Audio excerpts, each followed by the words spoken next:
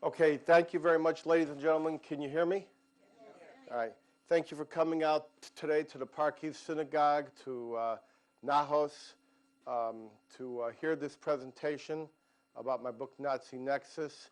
I know that today there are many observances all across Manhattan for Yom HaShoah, for Holocaust Day, and I am taken that all of you thought to come to this event so that we can discuss what happened during the Third Reich that created the Nazi Nexus. Really, it's significant to me that I am here speaking to you. But the real question is not why I am here. The question is why you are here and who put you here. Hitler put you here, but Hitler had help. Now, who helped him? You know that over the past decade, I've struggled to answer this question. You know that my parents were in the Holocaust. My mom was on the train to Treblinka when she was pushed out by her mother from the little window, and she was buried in a mass grave, and her leg was sticking out in the snow, and my father came upon her and pulled them out, and they lived in the woods for 2 years like defiants. Not that group, but a different group. And I always thought it was my business to answer the questions of how it happened. Somebody else discussed what happened. How did it happen? I wrote IBM in the Holocaust, and I wrote War Against the Weak, and I wrote Banking on Baghdad, and Internal Combustion, and all of these books. And on each one, I answered a specific question. And a few years ago, on a Kristallnacht, here in New York and in Orlando, I was asked to connect the dots. And when I did,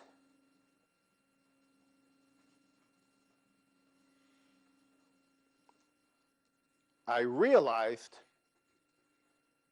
that the actual scope of the Holocaust, the enormity of the Holocaust, the dimension of the Holocaust was determined by American corporations, each in their own way. I'm going to lay it out for you. You could ask your questions, and maybe one of them will be able to answer you after I do, one of those corporations. Now I'm going to start at the very basic concept of the Jewish menace. What was Hitler's mantra? The Jews are our misfortune, the international Jewish conspiracy. This gave him the ability to elevate Jew hatred, religious hatred, out-group hatred from a religious phenomenon to a global war against the Jews that the Nazis and the Third Reich would lead, and which they did lead. Now, where did Hitler get this idea of an international Jewish conspiracy that controlled the media, that controlled the banks, that controlled the military, that controlled the governments, that worked with capitalism, with communism, with Zionism? Where did they get the idea that the world was being dominated and manipulated by the Jews? They got it from the Ford Motor Company. Most people know this today, that Henry Ford was the #1 anti-Semite in the United States after World War I. They didn't know it when I wrote my book, The Transfer Agreement, in 1984, which is just being republished in the coming months. At the time, it was not known the degree to which the Ford Motor Company was involved in sponsoring the concept of the international Jewish conspiracy. Since then, there's been a half a dozen books, and it's become known. But I thought I would put a chapter in Nazi Nexus because Ford is at the basis. He's at the base of the Hitler notion that there was not just a group of people that he did hate before he knew the name Ford, but that his hatred had a place in a larger global war. Henry Ford was also the hero of one of my last books, which was on how we got addicted to oil. Henry Ford was a genius of manufacturing and a complete intellectual idiot. This guy could be suckered by anything.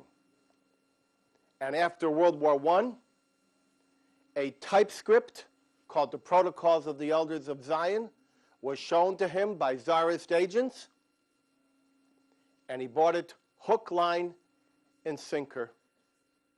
He quit his job, one of the biggest names, one of the wealthiest men, one of the most powerful individuals in America. He quit his job as the president of Ford Motor Company. He bought a publication called the Dearborn Independent, and he used his mass production techniques to take pamphleting and a typescript and a whisper and a rumor and produce an international publishing phenomenon. The Protocols of the Elders of Zion, the International Jew. He reprinted it.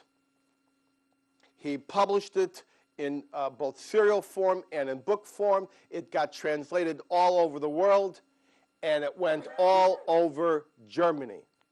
And it came to the attention, we're talking about 1919, we're talking about 1920, it came to the attention of Adolf Hitler, and he said, Henry Ford is my hero.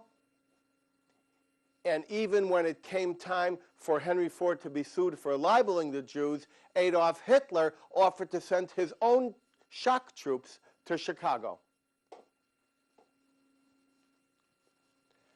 Hundreds of thousands of copies of the Protocols of the Elders of Zion in German were circulated throughout Germany by the carload, often with Hitler and Ford pictured on the cover. Was this the work of one man? No. This was the work of the company itself. The company, Ford Motor Company, sold the Protocols of the Elders of Zion. He made it clear you cannot just sell the Model T and our tractors. If you are selling the Ford product, you are selling the Protocols of the Elders of Zion. The company financed it. The company distributed it. This was an act of corporate complicity.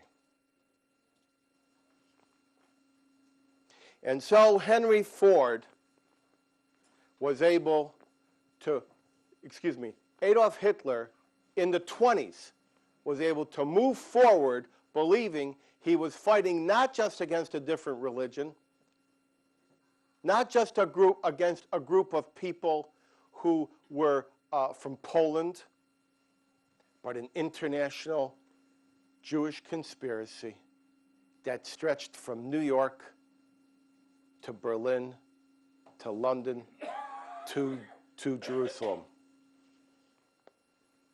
Now we move to the next step. Where did Adolf Hitler get the idea that Jews were subhuman, bacterial, that it didn't matter what religion the individual practiced, it mattered what was in the blood, that a Jew was defined not by his Shabbos, but by his ancestry. And even a Jew who had converted to Catholicism, or who had become a Lutheran, or whose parents were Catholic, or who was a non-observant Jew, that person was a Jew by virtue of his blood.